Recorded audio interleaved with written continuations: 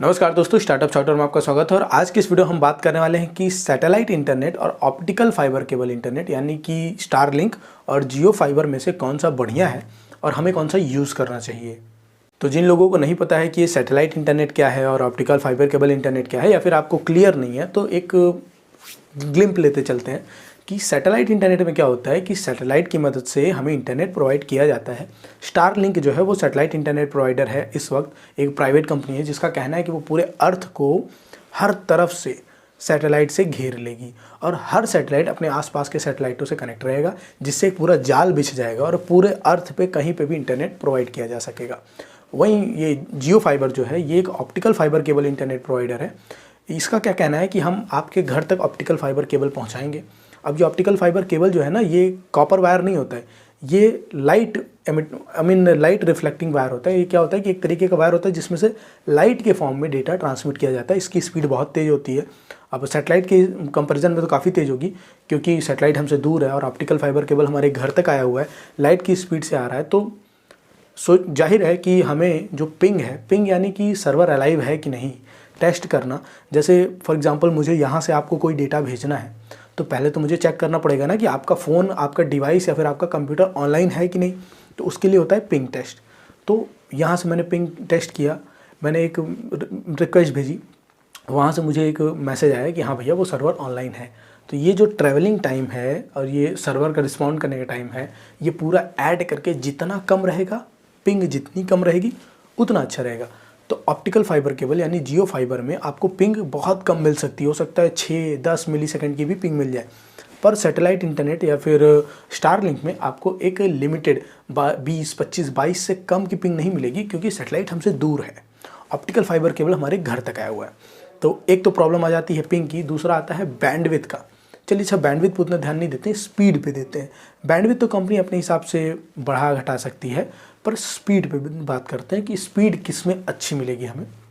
अब जियो फाइबर है तो घर तक आ रहा है, जीबीपीएस का प्लान आपको घर तक पहुंचा सकता है, लेकिन सैटेलाइट इंटरनेट उतना अच्छा नहीं दे पाएगा। अच्छा, लेट्स से ऐसे समझो आप कि आपने 150 MBPS का प्लान ही सब्सक्राइब किया है, ठीक है।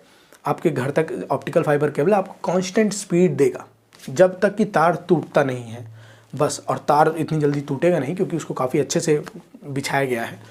पर सैटेलाइट इंटरनेट में क्या है कि मौसम एक बड़ा फैक्टर है, कैसा वेदर है कैसा नहीं है, उस पर डिपेंड करता है कि आपको स्पीड अच्छी मिलेगी या फिर नहीं। तो इस तरीके से देखा जाए तब भी जियो फाइबर ही अच्छा है। तो ये आखिर इलॉन मस्क ने स्टारलिंक बनाया क्यों? अब क्यों बनाया वो तो पता नहीं, पता है, डिस्कस करने वाला हूँ मैं। उसने बनाया कि मैं पूरे अर्थ को इंटरनेट दे सकूँ। अब आप ऑप्टिकल फाइबर केबल लेके रेगिस्तान में तो नहीं जा सकते ना, उसके हिमालय के ऊपर तो आप जाके नहीं खड़े हो सकते ना ऑप्टिकल फाइबर केबल लेके, भैया इसमें से इंटरनेट लूँगा मैं। तो वहाँ पे आपको सैटेलाइट इंटरनेट से इंटरनेट प्रोवाइड किया जाएगा। तो इलॉन मस्क का कहना है मैं पूरी दुनिया को इंटरनेट से जोड़ दूंगा, और ये बहुत बढ़िया चीज़ होगी। क्योंकि आप देखो, जब से इंडिया में इंटरनेट बढ़ा है, इतने सारे लोग निकल के आए हैं। मैं ये नहीं कह रहा हूँ गिनती ही निकल गई, गिनती तो पहले से थी, टैलेंट निकल के आ रहा है अब।